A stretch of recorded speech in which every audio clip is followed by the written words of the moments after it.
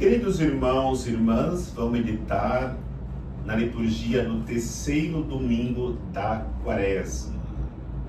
Os textos que nos são apresentados para reflexão, como primeira leitura, o livro do Êxodo, capítulo 20, versículos de 1 a 17.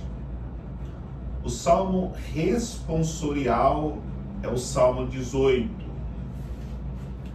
A segunda leitura da primeira carta de São Paulo aos Coríntios, capítulo 1, versículos de 22 a 25. O Evangelho é o Evangelho de São João, capítulo 2, versículos de 13 a 25. A liturgia da palavra nos convida à reflexão sobre três grandes realidades. Primeira leitura, a nossa relação com Deus a partir de não buscarmos a idolatria, de santificarmos o dia do Senhor e vivermos os seus mandamentos. A segunda realidade encontramos na segunda leitura, que é a realidade da fé. E no Evangelho, a terceira realidade, que é a purificação do coração, a purificação das nossas vidas. E para refletirmos nestas realidades, quero começar refletindo a partir dos mandamentos. É importante nós sabermos que os mandamentos que foram dados para Moisés, para que ele pudesse passar para o povo de Israel, eram realidades que todos, independente da religião, era obrigado a viver. Por que era obrigado a viver todos os povos? Porque na realidade os mandamentos são leis naturais que todo ser humano já nasce com elas gravadas em seus corações. Portanto, viver os mandamentos não é algo que só os cristãos ou os que pertencem a Deus naquele tempo viviam. Existiam já em nações pagãs leis semelhantes a estas dos mandamentos que Deus deu para o seu povo. Porque não matar, não roubar, não cobiçar as coisas alheias, honrar pai e mãe e outros mandamentos do Decálogo não é exclusividade de quem faz opção por Deus. Muito pelo contrário,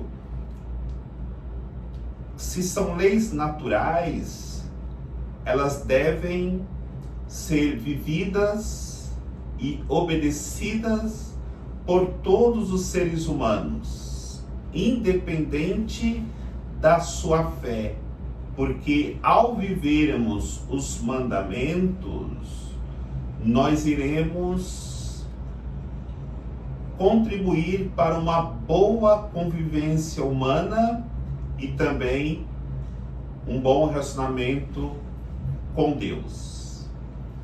Muitos acham que os mandamentos tiram a liberdade de ir e vir. Na realidade, os mandamentos são como placas de trânsito na estrada. onde vai sinalizando o caminho para que nós possamos chegar bem ao nosso destino. Como as placas de sinalização de trânsito não é para tirar a liberdade de ir e vir, também os mandamentos não é ou não são para tirar a liberdade de irmos e virmos. Porque a intenção dos mandamentos é nos ajudar para que façamos uma boa viagem até chegar ao nosso destino final. O nosso destino final é o céu. E da mesma forma, quem dirige pela estrada, não obedecendo às placas de trânsito, se apresenta como uma pessoa imprudente. Também quem procura viver a sua fé, quer chegar no céu e não obedece os mandamentos, esta pessoa vive a sua relação com Deus de uma forma imprudente. Porque na nossa caminhada, nós encontraremos muitas pessoas pelo caminho. E para que possamos ter essa boa convivência com outras pessoas, necessariamente precisaremos da prudência dos mandamentos para que esse relacionamento nos ajude a chegarmos na nossa meta final, que é o céu. Assim como quem dirige pode causar um acidente e prejudicar a si mesmo e a outras pessoas, quem não vive o mandamento pode também causar acidentes e as consequências serão trágicas, porque poderemos não chegarmos no céu e também não contribuirmos para que outras pessoas possam chegar na eternidade com Deus. A segunda reflexão que eu quero fazer é sobre a fé. Na segunda leitura, São Paulo diz: os judeus buscam milagres, os gregos buscam a sabedoria. Nós não devemos firmar nossa fé em milagres. Aliás, muito mais do que acreditarmos em milagres, nós precisamos acreditar no Senhor dos milagres, que é Jesus. Porque se acreditarmos em milagres, mas não acreditarmos em Jesus, não acontecerão milagres. Mas se nós acreditarmos em Jesus, os milagres acontecerão. Por isso, o cristão não pode viver alimentando a sua vida cristã somente esperando milagres acontecerem. Porque na nossa caminhada de fé, nós precisamos, acima de tudo, abraçar a cruz. E o grande milagre foi exatamente este: Jesus dar a vida na cruz para nos salvar. Por outro lado também, quando São Paulo diz que os gregos buscam a sabedoria, nós também não podemos encontrar a fé na sabedoria. Porque a sabedoria do mundo, que é ligada à razão, ao conhecimento, é incompatível com a fé. Porque a fé é nos lançarmos nas mãos de Deus, no escuro, enquanto a razão, a sabedoria que vem do mundo, ela quer e precisa constatar com os olhos que aquilo de fato é real, fisicamente falando. Por isso, como acreditar que uma mulher ela dá à luz sem conhecer um homem e ainda mais ela permanece depois de dar à luz virgem? Como acreditar que num pedacinho de pão, no pouquinho de vinho, acontece a transubstanciação e ali se torna o corpo e o sangue de Jesus Cristo? Como pode se acreditar pela razão que Deus tão glorioso, tão esplêndido, se encarna e se faz homem? Como acreditar pela razão que Jesus ressuscitou Lázaro, o filho da viúva de Naim, e fez tantos prodígios e milagres, senão unicamente pela fé? Por isso é preciso que nem tenhamos a nossa segurança em milagres e muito menos tenhamos nossa segurança na razão, mas a nossa fé deve ser fundamentada no nosso conhecimento de Cristo. E o Evangelho fala da purificação, que precisamos purificar as nossas almas. Jesus chega no templo e ali encontra um grande comércio, cambistas trocando moedas, vendendo animais para os sacrifícios, e Jesus pega o chicote e expulsa todos os vendilhões e cambistas do templo.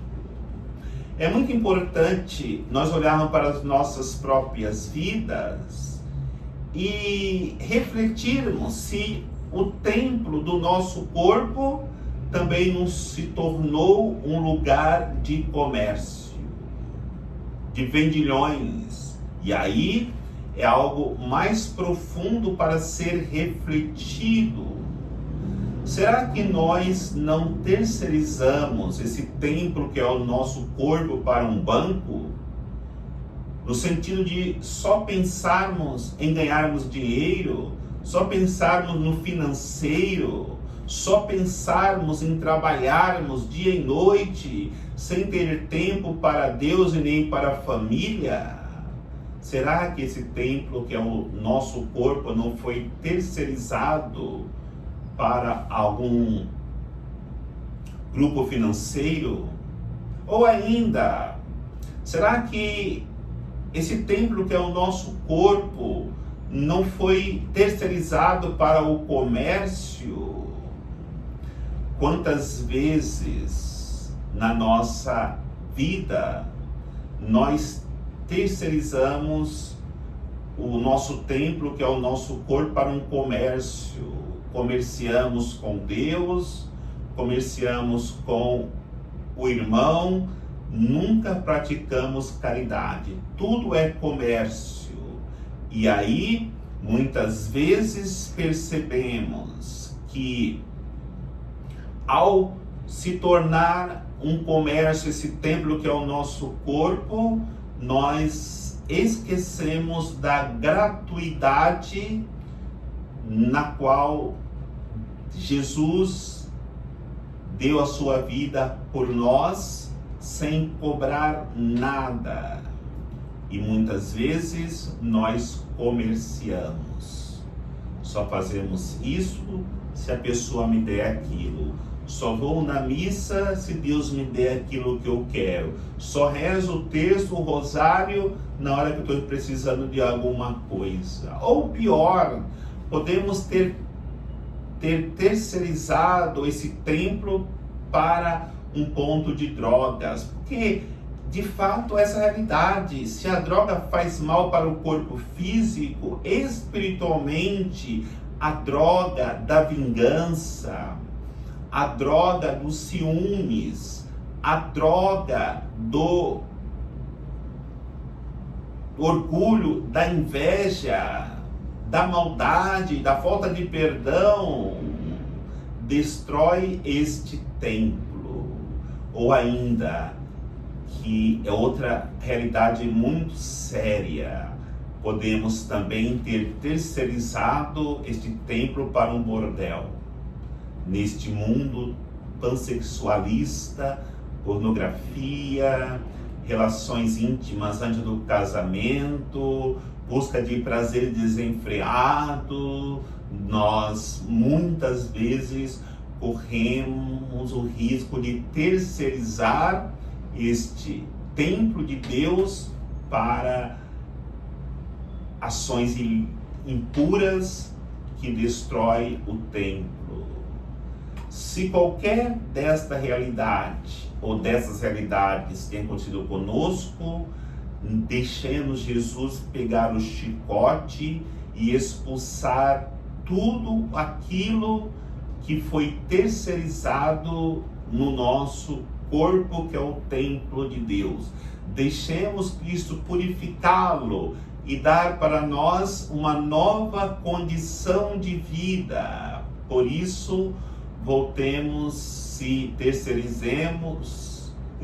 terceirizamos o nosso corpo a vivermos os mandamentos, a viver uma fé pura, com o único desejo de agradar a Deus, vivermos uma pureza de alma e de coração que só acontecerá naquele que não tem medo de deixar Jesus dar as chicotadas necessárias, chicotadas das tribulações, chicotadas das dificuldades da vida, para que possamos novamente voltarmos a ser um lugar de oração.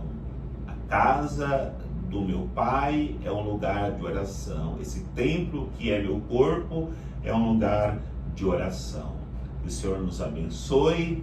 Em nome do Pai, do Filho e do Espírito Santo. Amém.